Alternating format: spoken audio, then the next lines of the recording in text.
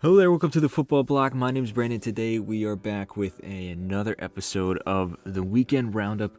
We have a lot of stuff to talk about. Some massive games happened over this weekend. So without further ado, let's get right into it. And of course, we're going to start off like always in the Premier League. We're going to go to England. And compared to the other leagues this weekend, there wasn't really a whole lot of big stuff happening in England. A big part of that was because there was the FA Cup semifinals. So Manchester City, Manchester United, Chelsea did not play any matches this weekend. We did see a big matchup between Wolves and Arsenal. This was a very important game for Arsenal, considering that they had lost at the last game in the Premier League to Aston Villa, surrendering top spots, a possible top spot for them. And then, of course, they lost to Bayern Munich at the midweek and got eliminated from the Champions League quarterfinals. So this was a make-it-or-break-it performance here, and safe to say they played pretty well. It wasn't the easiest performance for them. Wolves made it pretty hard, but overall Arsenal was by far the better team, and they got the deserved win. Trossard continuing his very impressive goal-scoring form, scoring a goal at the end of the first half, and then at the end of the second half, Odegaard added a second to make it 2-0 to Arsenal. A very vital 3 points as they are still in the title race. We'll get onto the league table in a second, but elsewhere we also had Aston Villa. They are still comfortably in the top 4, as we will look at in a few minutes, but they followed that up with a win over Bournemouth here, a 3-1 win over Bournemouth. Leon Bailey scored again, as did Moussa Diaby and Morgan Rogers. But Dominic Solanke scored a nice penalty for Bournemouth to keep up his own great goal-scoring form. Also a very vital 3 points for Aston Villa, although you would expect them to come away with a win in this particular match here.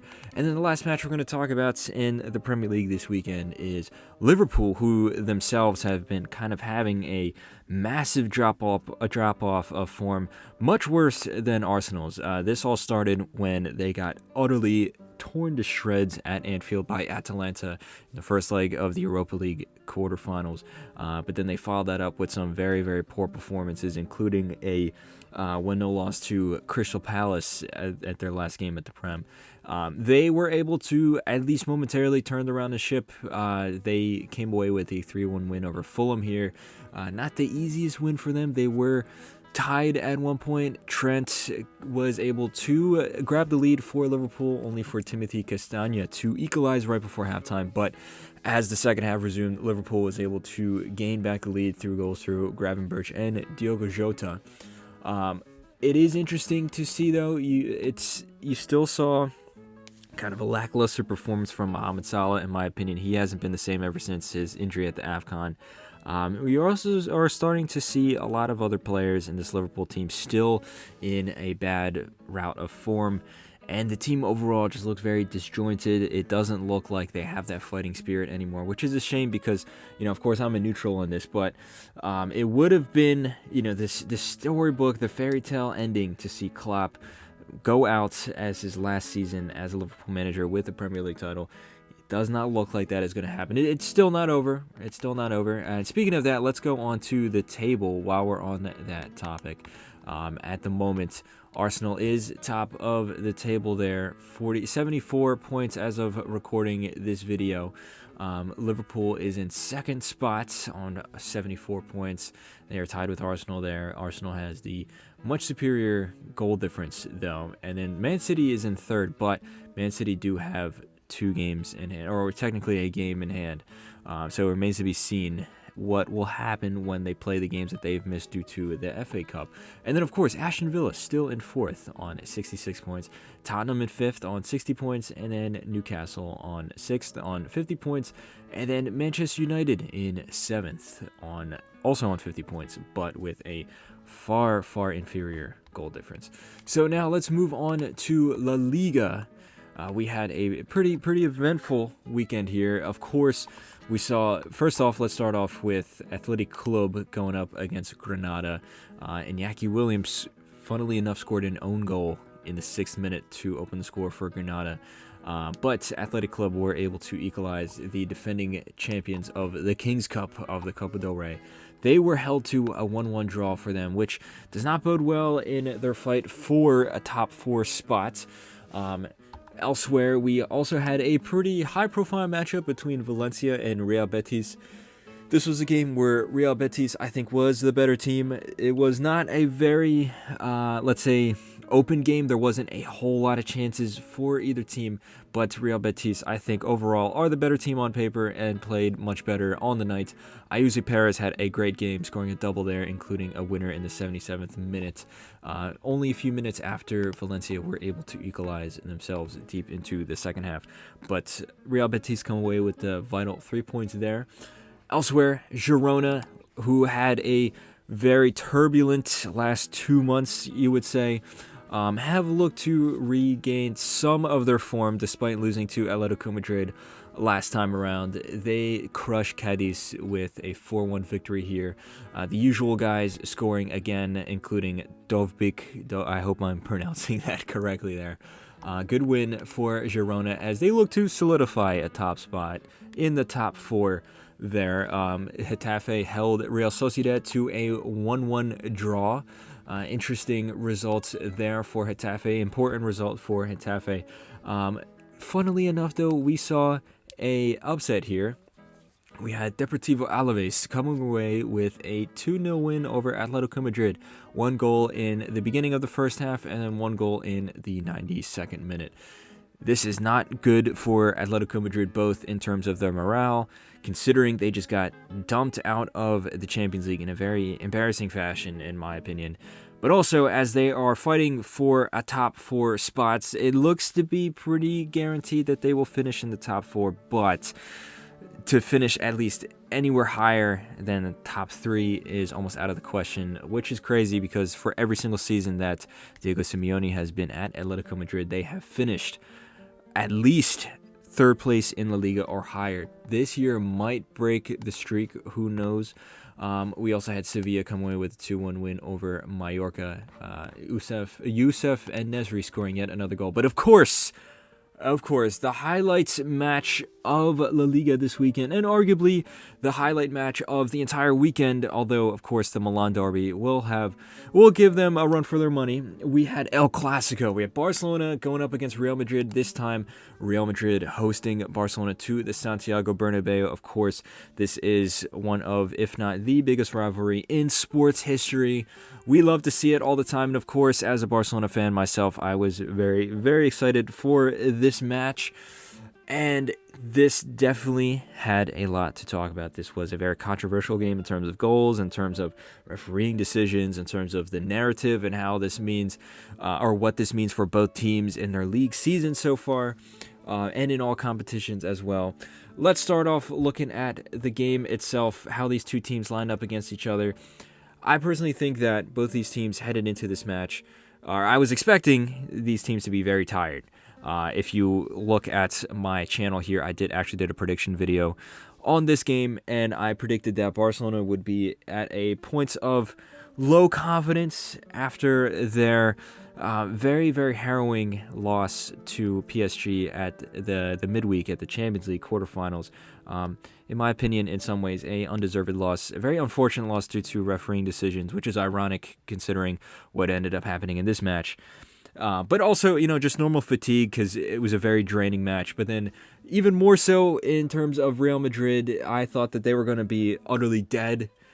Of course, they still have all this massive injuries to their back line, but they were able to successfully overcome Manchester City in the quarterfinals of the Champions League, and they did so by defending their lives off, defending like their lives depended on it for 120 minutes extra time, plus a penalty shootout, plus, of course, the first leg as well. So I didn't expect this to be, teams at necessarily full strength, and that's, to be very honest, what we kind of saw on the pitch. I don't think neither team was really at their best. I do think that both teams had some bouts of concentration loss, especially defensively. I thought Barcelona overall was very poor defensively. Real Madrid, while better than Barcelona defensively, still not great.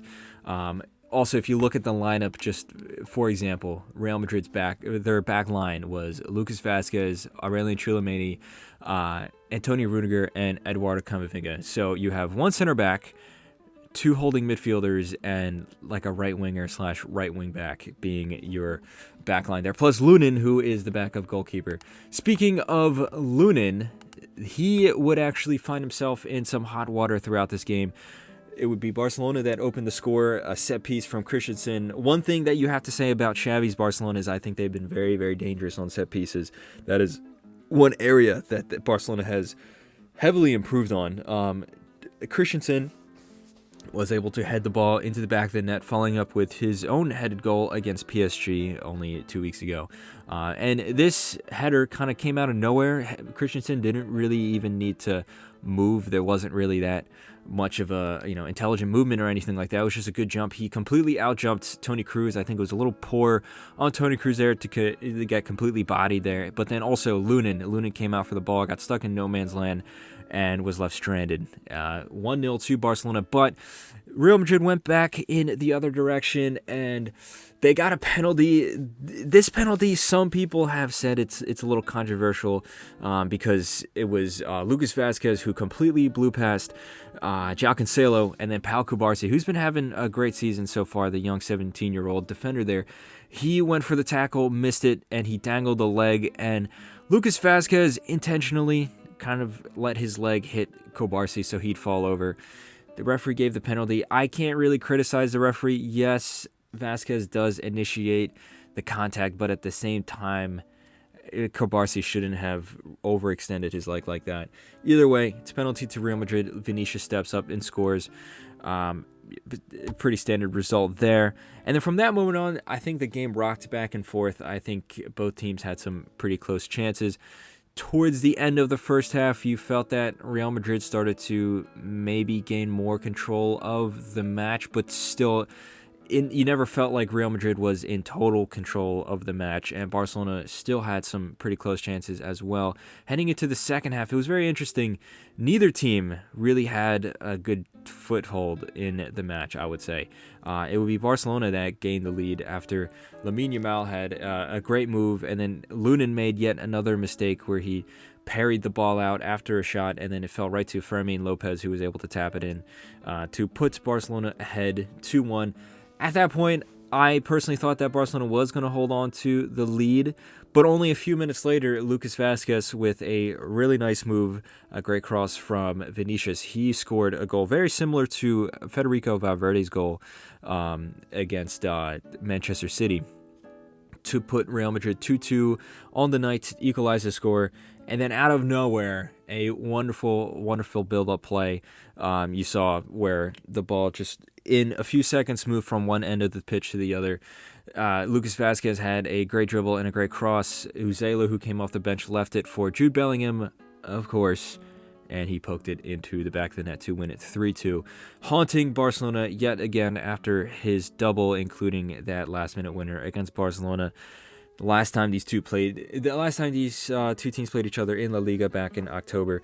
Like I said, though, there were some very controversial moments. I talked about the penalty on Lucas Vazquez, but there was also a similar penalty shout in the other direction, where in the second half, Fermin Lopez had a good run of play, good build-up play with, I believe it was João Felix, I could be wrong, but he went into the box and he got completely bodied by Antonio Rudiger. Rudiger kind of threw his shoulder into him.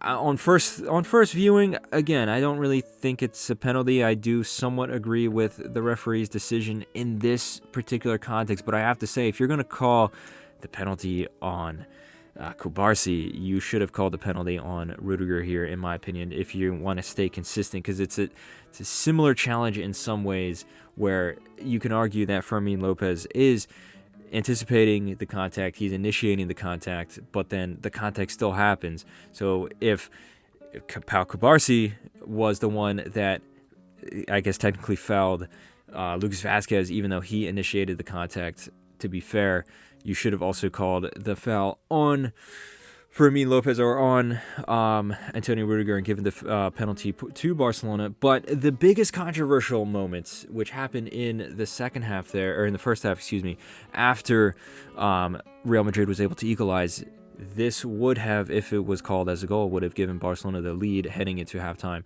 There was a corner there. The ball was a very low-driven ball at the near post. Lamine Yamal, with a very, very creative move, kind of flicks the ball towards the goal.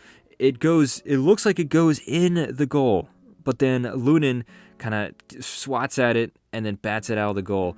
Now, the referee took a look at it. All the Barcelona players were screaming that it went over the line, and he decided not to call it because there is somehow no goal line technology in La Liga. Now, I watched this on ESPN. If you look at the camera angles that they had, most of them were from behind the goal or from an angle where Lunin has his back towards the camera and he's blocking the ball. So you can't definitively say that it goes over the line. However, there are some other pretty damning evidence showing that the ball did fully cross the line from video from some other angles, from above the goal, from the front face of Lunin, and you can see the ball. It looks like it does clearly cross the line. But of course, we would never know because we don't have goal line technology in La Liga, which is utterly insane. And we're talking about one of Europe's top 5 leagues, arguably the second best league in the world, and yet they don't have goal line technology. Technology that was developed back in 2010, 2011, after the whole 2010 World Cup debacle. Just complete and utter horror show from La Liga yet again. The rumors are, of course, that Javier Tebas, the president of La Liga, decided not to go through with installing goal line technology because it would have cost him 3.4 million euros. I don't know how true that take is, but if that is true, that is utterly shambolic from La Liga yet again.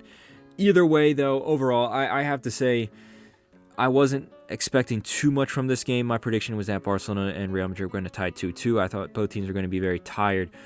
But this, I was very angry with how the refereeing decisions ended up. There are some very clear implications for this game in terms of the title race, which we will look at right now. Let's take a look over to the La Liga standings. And Real Madrid was at 78 points before the match. Barcelona was at 70. Had Barcelona won, they would have closed the gap very, very intently. They would have been breathing down Real Madrid's necks. At that point, you would still have assumed Real Madrid would end up winning the title, but it wouldn't have been made easy for them. Nowadays, though, if you look at the title after that win, Real Madrid is first in the table, 81 points. Barcelona is far back, 11 points back on 70 points. While mathematically, Real Madrid still haven't won the league yet, it's pretty much all but confirmed that they will be the champions of the 2024 La Liga season. Besides the top two, we still have Girona in third on 68 points, Atletico Madrid on fourth on 61 points, Athletic Club in fifth on 58 points, and then Real Sociedad in sixth on 51 points, Real Betis in seventh on 48 points, Valencia on eighth on 47 points, and then Villarreal on ninth place on 42 points. Now let's move on to Serie A. We also have some pretty important games here to talk about for this weekend. First game we're going to talk about, Genoa was hosting Lazio. They fell to a 1-0 loss to Lazio. Luis Alberto scored a goal there to win the match 1-0. Very important win for Lazio as they're trying to climb back up the table. Then surprisingly, we saw a 2-2 draw between Cagliari and Juventus. Juventus was in some pretty good form lately, but it looks like they have kind of trailed off a little bit. Dusan Vlahovic is still himself within some good form, but Juventus would have had to come from behind after they went 2-0 down to Cagliari in the first half there. Vlahovic scored to have the deficit and to start a comeback for Juventus, but only just as they equalized in the 87th minute. Troubling signs from Juventus there. The season's ending. It looks like they're basically guaranteed a top 4 spot, and they're not really fighting for anything more, which is somewhat disappointing, but also very understandable considering they're no longer in any European competitions. They do have to worry about the Coppa Italia semifinals, though. Elsewhere, we had Empoli defeating Napoli. crazy upset there. Cherry scoring a goal in the 4th minute, and then they were able to hold on to that lead for the entirety of the rest of the game. If you just look at the stats, very, very poor attacking return for Napoli. Only 9 shots, only 1 on target, which is crazy considering how many talented attacking players are in this team, and even more so when you look at how electric of a team they were going forward last season, of course, when they won the title. Very disappointing scenes for Napoli there. Things are just not getting any better. Of course, they fired Rudy Garcia.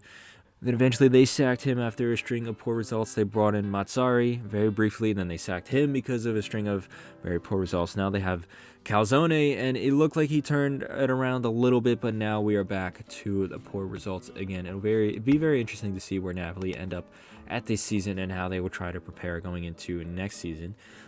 We also had Monza falling to Atalanta after a 2-1 goal deficit there.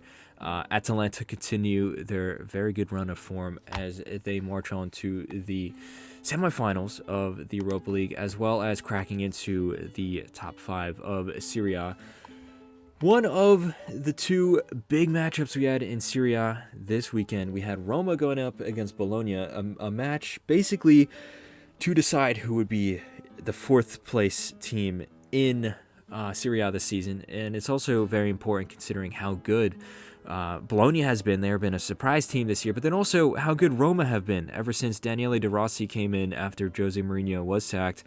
You also have to take into account that they just eliminated Milan from the Europa League quarterfinals, completely outplaying them over the course of the 2 legs there. A very important result against a fellow Serie A team. And yet, they got completely outplayed by Bologna here.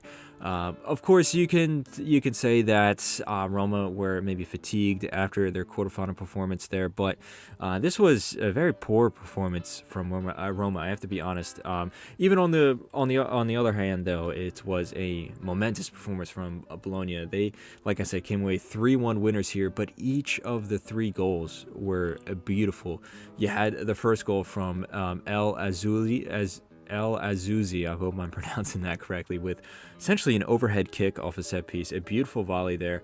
You had a goal from Xerxes just at the halfway point of the match, and it was a beautiful build-up play. So many passes, nearly every player on the Bologna team touched the ball. And then to put the game to bed, Salamakers chipped the ball, lofted over the goalkeeper to make it 3-1 to Bologna, sealing all 3 points. This is beautiful football on play. The Thiago Motta revolution is, of course, alive and thriving in Bologna here. And it's really funny, too, because a lot of people, at least from the English media, the people who are Premier League fans, they like to criticize Serie A historically and say that it's a boring league, and Italian football overall has this connotation of being very defensive, very pragmatic, very dull. Bologna couldn't be farther from that stereotype. They are one of the most fun teams to watch on the continent and in the world this season. They are playing some just very aesthetically pleasing, beautiful football.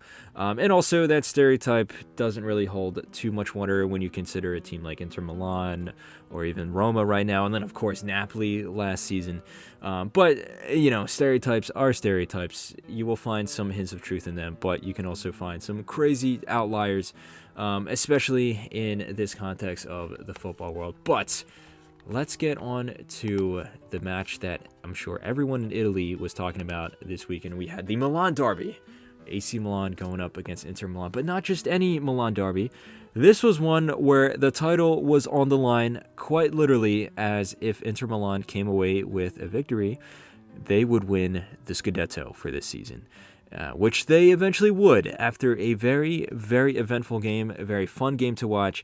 From a neutral point of view, this was a great game, a wonderful preview of what Italian football looks like in this day and age.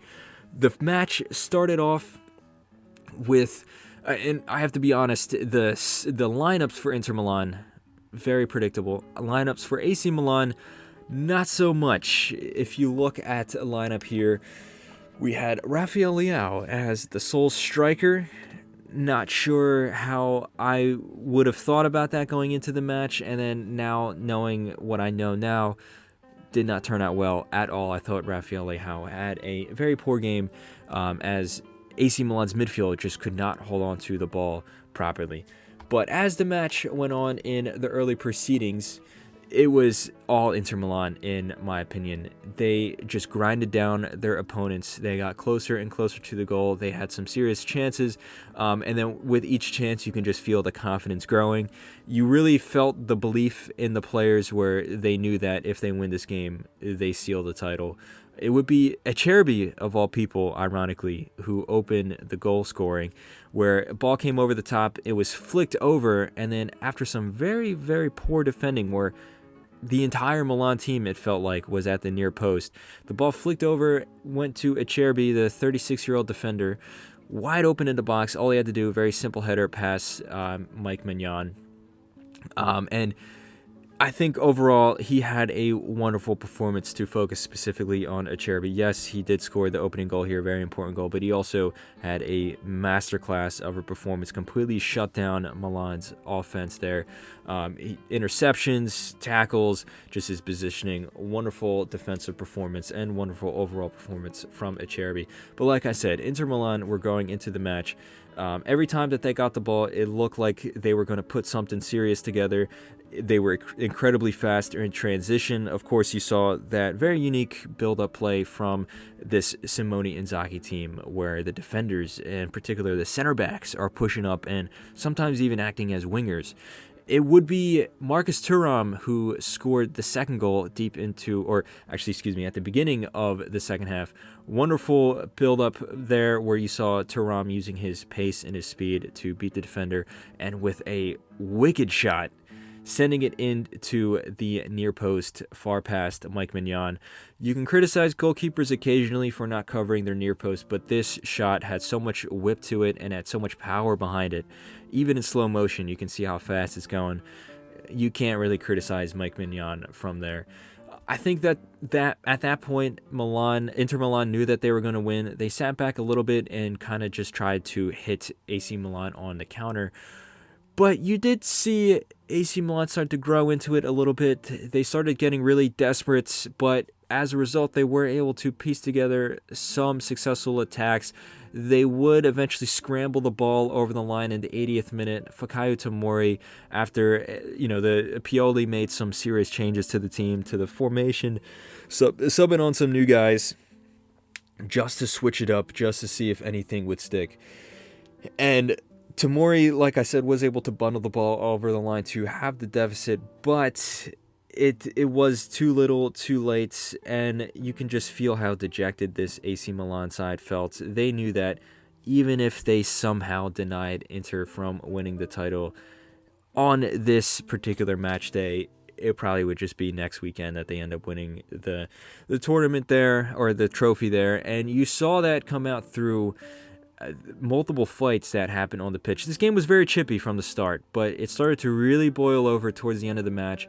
There was a scuffle there between Theo Hernandez and Denzel Dumfries. Both of them got sent off.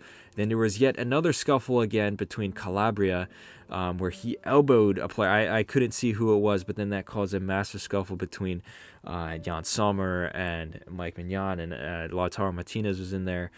3 red cards in the match, 2 for AC Milan. And AC Milan did have some corners at the end of the match, but they didn't make anything of it at all, and Inter Milan are solidified as the champions of Italy in 2024. Great performance in this match, but also a massive performance across the entirety of the season. By far the best team in Italy. There is no doubt about that. Every single position, they have some of the best players, whether it be like a guy like Lautaro Martinez, who is the top goal scorer of the league, or Marcus Thuram, who is the second best forward in Italy this season, or Hakan Çalhanoğlu, who's completely revamped his career and had a rebirth and is arguably having the best season of his career in this new deep-lying midfielder role, or the defenders like the aforementioned Acerbi, or a guy like Bastoni or DeMarco out on the left wing, and of course Jan Sommer, the new signing in the goal right there, filling in perfectly for Onana. Overall, this team, top to bottom, great team, just oozing with world-class talent. And then, of course, Simone Inzaghi, this is very important for him.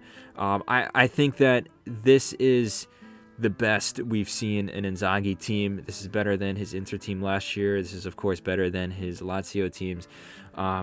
Just as I mentioned it already, this unique way that they play where the defenders really join in on the attack, but then also the link-up play between the two strikers. It's one of the few teams in the world that has like a dual striking partnership. It's a very unique team to watch, very fun team to watch, but also, of course, very successful. This is one of the best teams that I've ever seen in Serie, I have to admit. And that's saying something because there's been some pretty good teams recently.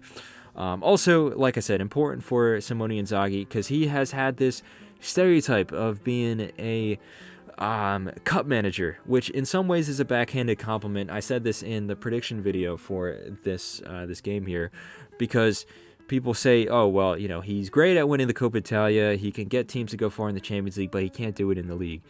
This completely destroys all of those criticisms as, like I said, Inter Milan were by far the best team in the league. And then, of course, ironically, Inter Milan was slightly disappointing in the cup competitions, going out surprisingly against Atletico Madrid in the round of 16 of the Champions League, and then getting eliminated very early on in the Coppa Italia, although they did win the Supercoppa at the middle of the season there. This match is also really important as well for the larger implications of Italian football, as both Inter Milan and AC Milan were tied on 19 Scudettos apiece. But now AC Milan has one less than their crosstown rivals, Inter Milan, with 2 stars on the jersey now, 20 Scudettos. What an achievement from them. The only team that has more than them is Juventus. So, momentous game for the Italian game we have here. The Milan derby, as always, is going to be a momentous game, but this one is going to go down in history as one of the most iconic. Anyway, let's move on to Germany. Let's move on to the Bundesliga. We had some pretty good matchups here. RB Leipzig came away with an important win over Heidenheim. Eintracht Frankfurt came away with an important 3-1 win over Augsburg. But then we also had a smashing victory. Bayern Munich utterly destroyed Union Berlin. They are flying high after their qualification for the Champions League semifinals, and they put poor little Union Berlin to the sword. Leon Goretzka got off on the goal. He started off the goal scoring in the first half there. Harry Kane he added yet another goal to his crazy goal tally for this season, his first season in Germany, of course. Thomas Muller, who has not been having the best season, he showed up with a great performance, grabbing a brace here, and then Matthias Tell, one of the most exciting young players in the world, scored to add a 4th out of the 5 goals for Bayern there. We also had a massive goal fest for Hoffenheim versus Mönchengladbach, 4-3 on the night. Wout Weghorst actually scored the opening goal there. And then there was a hat-trick from Borussia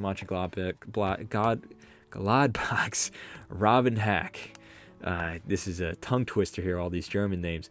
Werder Bremen was able to surprise Stuttgart, as Stuttgart is trying to solidify their spots in the top 3 of the Bundesliga table, but they could not do anything against this late charge from Werder Bremen, who was able to defeat them 2-1 on the night.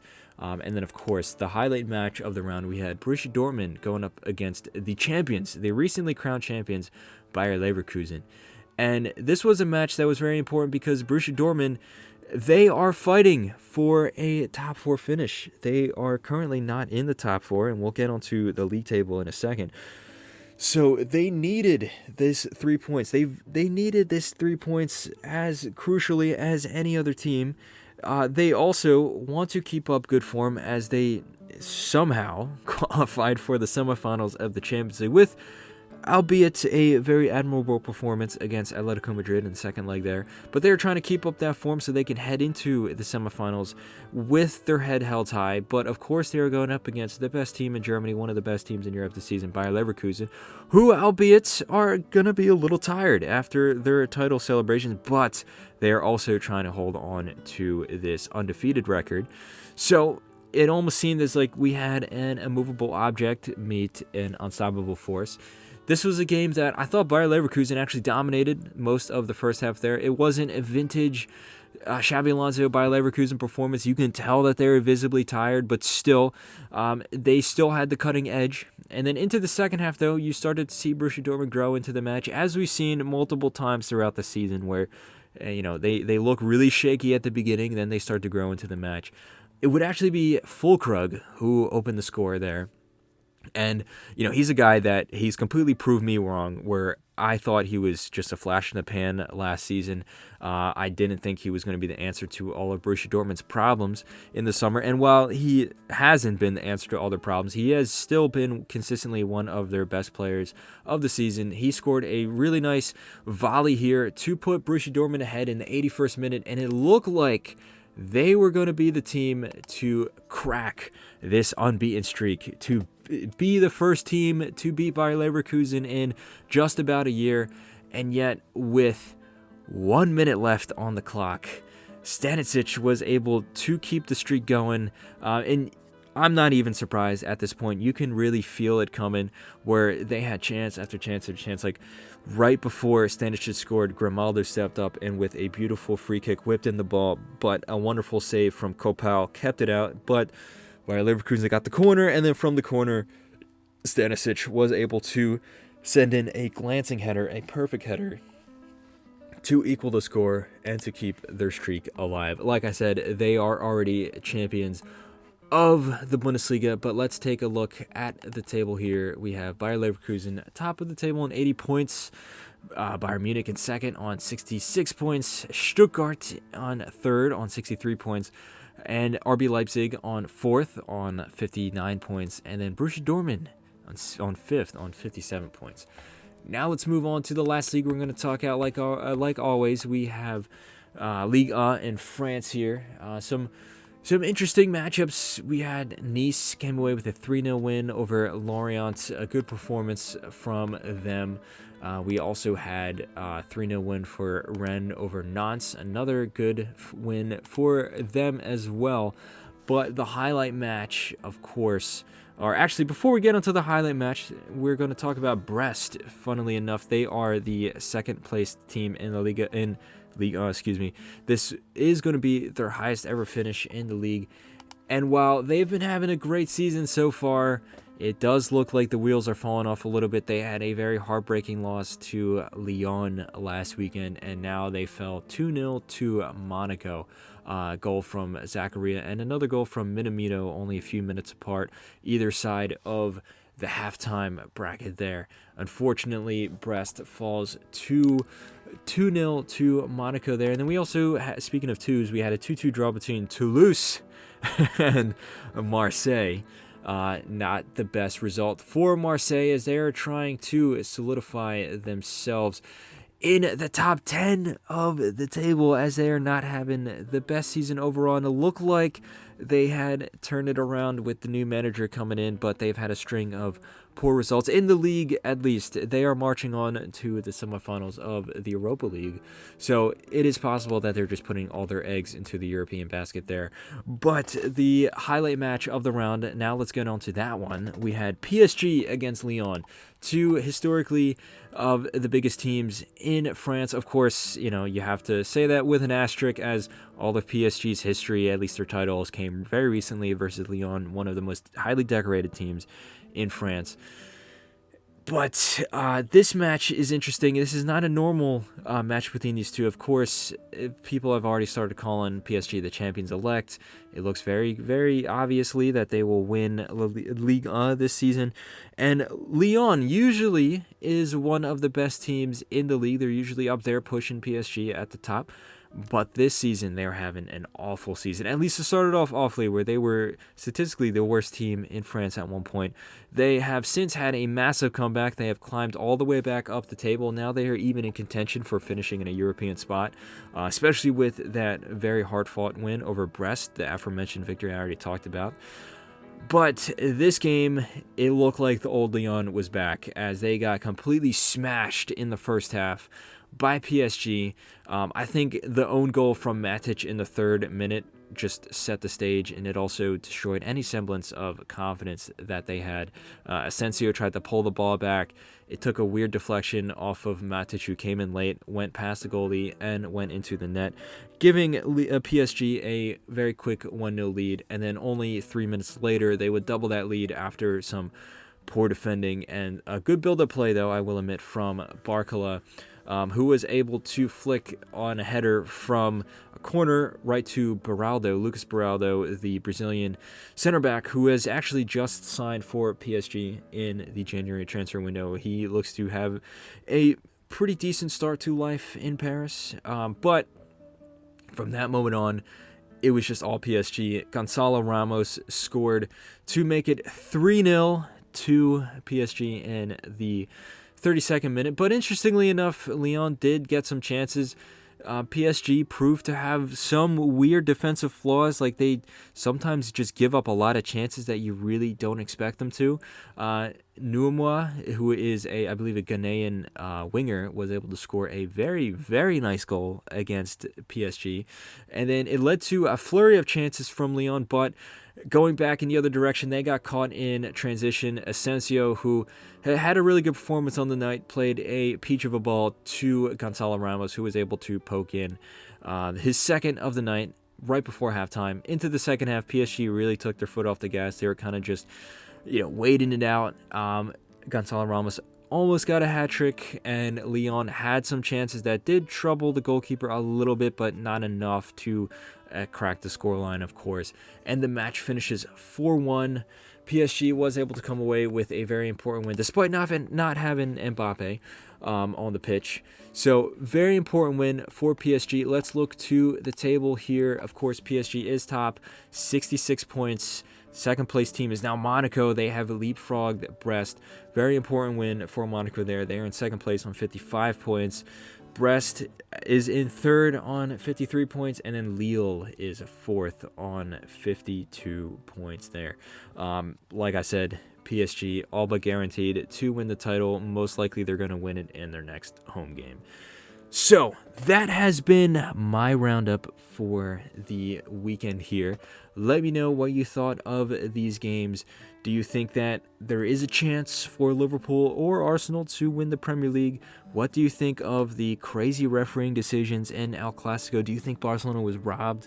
What do you think of Inter Milan's title here? Do you think this was the most, I guess you can say, consequential or iconic Milan derby of the past few years? There's certainly been a few recently. I think this is definitely in the top three, if not the best one, though. Do you think that Bayer Leverkusen is going to be able to keep up their unbeaten streak? At this point, it looks inevitable that they will, as there is only really a few games left in the season. And at what point do you think PSG will win the title? Is it going to be next week? Is it going to be the week after that? Let me know all your thoughts in the comments below. Don't forget to like, comment, and subscribe. Share this video with a friend. Don't forget to follow the Football Block on social media. But anyway, guys, my name is Brandon, and I hope you guys have a nice rest of your night.